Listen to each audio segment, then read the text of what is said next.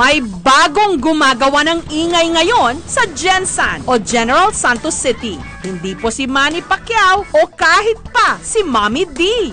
Pero pinagkakaguluhan at dinarayo pa sa Barangay Buayan. Medyo camera shy. Swertihan lang kung mahagip ng kamera. Pero talaga namang nakamamangha. Lalo pat ngayon lang nangyari na may naligaw na pelikan sa Pilipinas. Nito lang Biyernes, naabutan ng aming team ang grupong kumukuha ng litrato ng itinuturing ngayong sensation sa Gensan.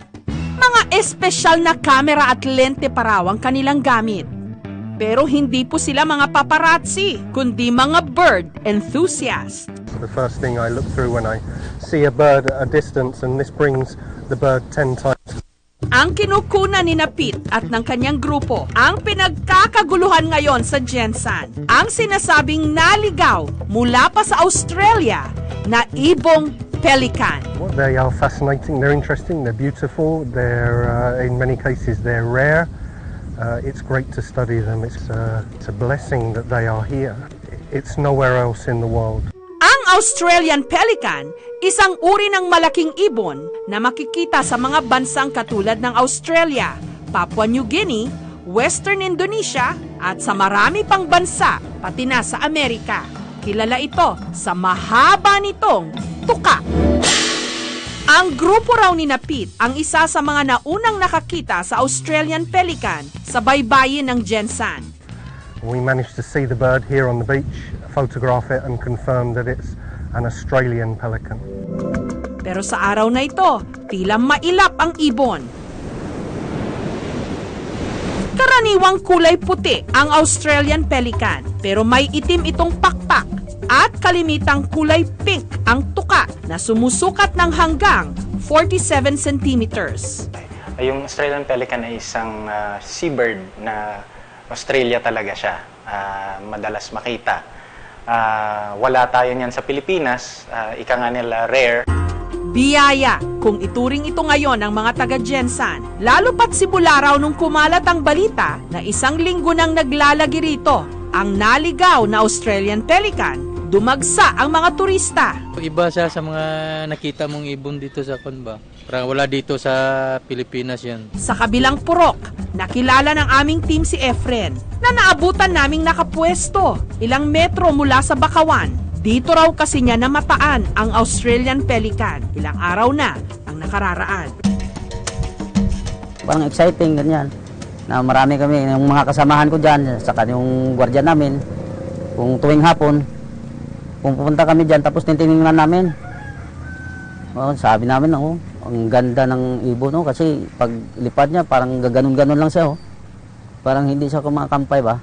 Maya-maya pa, sa hindi inaasahang pagkakataon, swerte! Nagpakita ang ibon! Ay, sus, talagang nakapagandang tingnan yung tuktok niya, nakapakahaba.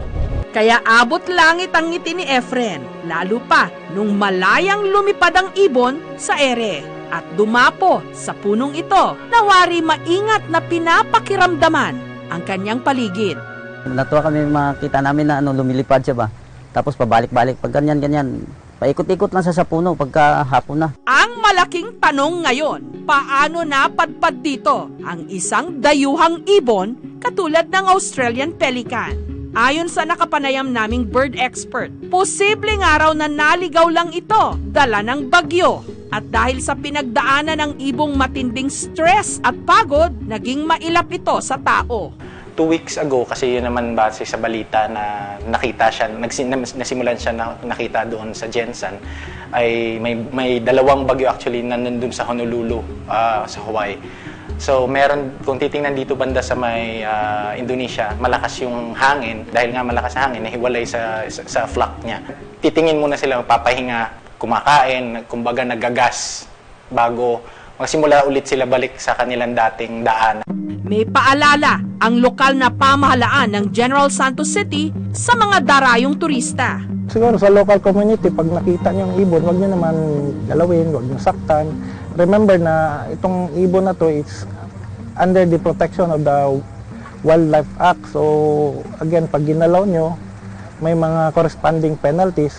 Now, on the other side, pag pinotektahan natin to, this can gain ecotourism, livelihood siguro ng mga activities which kayo rin ang mag-benefit nito. Kinukonsidera nga namin ang pagpapatayo ng isang bird sanctuary kung sakasakali mang may enough tayo na mga ganitong wild species at mga ibon na pwede nating pagyamanin.